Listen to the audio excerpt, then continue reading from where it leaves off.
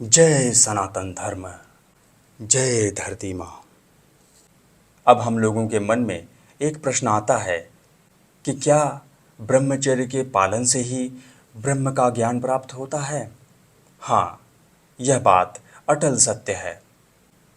क्योंकि जब हम ब्रह्मचर्य का पालन करते हैं तो ब्रह्मचर्य के पालन से हमारे शरीर के अंदर वीर्य का स्तर बढ़ता है और हमारे वीर्य में ही भगवान की कृपा से इस संसार के सभी ज्ञान, विज्ञान, संस्कार, संस्कृति, सभी शक्तियाँ स्थित हैं।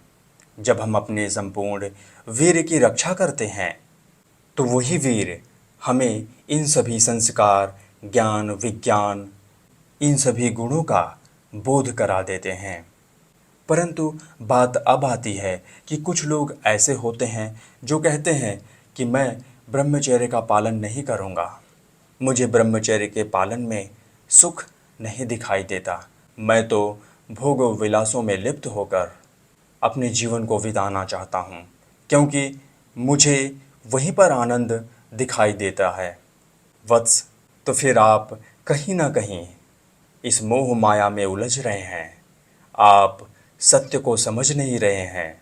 चाहे आप कितने भी बड़े पापी हों, चाहे आपने जीवन में बड़े से बड़े कुकर्म किए हों, पर भगवान भोलेनाथ की कृपा से आपको ब्रह्म का ज्ञान हो जाता है।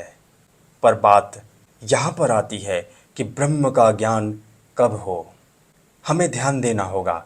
यदि आपको ब्रह्म का ज्ञान समय रहते हो जाए तो उस ब्रह्म ज्ञान का हमारे जीवन पर सकारात्मक प्रभाव पड़ता है। यदि हमारे जीवन का कुछ क्षण ही बचा हो तब जाके हमें ब्रह्म का ज्ञान हो, फिर ऐसे ब्रह्म ज्ञान का क्या लाभ? आप ऐसे ब्रह्म ज्ञान पाकर क्या करेंगे?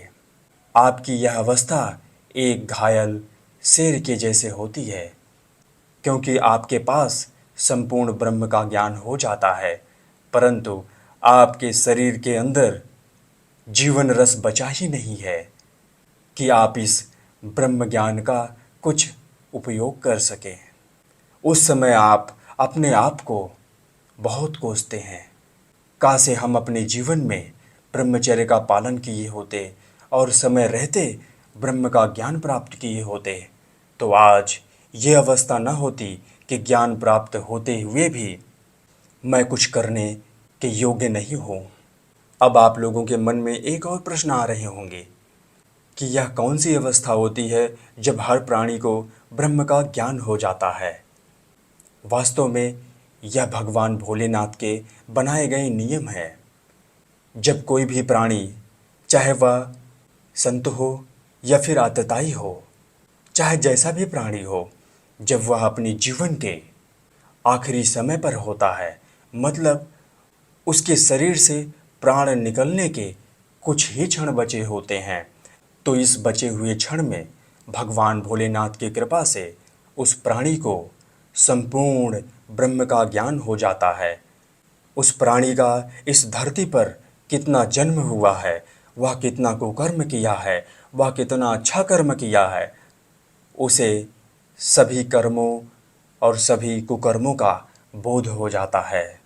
और जैसे ही उसे इन सभी कुकर्मों और कर्मों का बोध होता है तो फिर उसे बहुत ग्लानि होती है कि उसने अपने इस जन्म में भी मात्र कुकर्म ही किए और काम वासना में अपना जीवन लिप्त करके आज ऐसी अवस्था में पड़ा हुआ है जहाँ पर उसे ब्रह्म का ज्ञान तो प्राप्त हो गया है, परंतु वह कुछ नहीं कर सकता।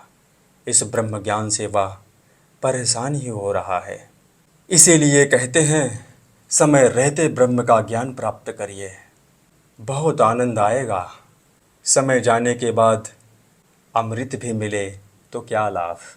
यदि आप लोग मेरी बातों को समझ गए हों तो उठिए, जागिए और अपने अंदर ब्रह्मचर्य रूपी नदियाँ प्रवाहित करिए, अपने वीर की संपूर्ण रक्षा करिए।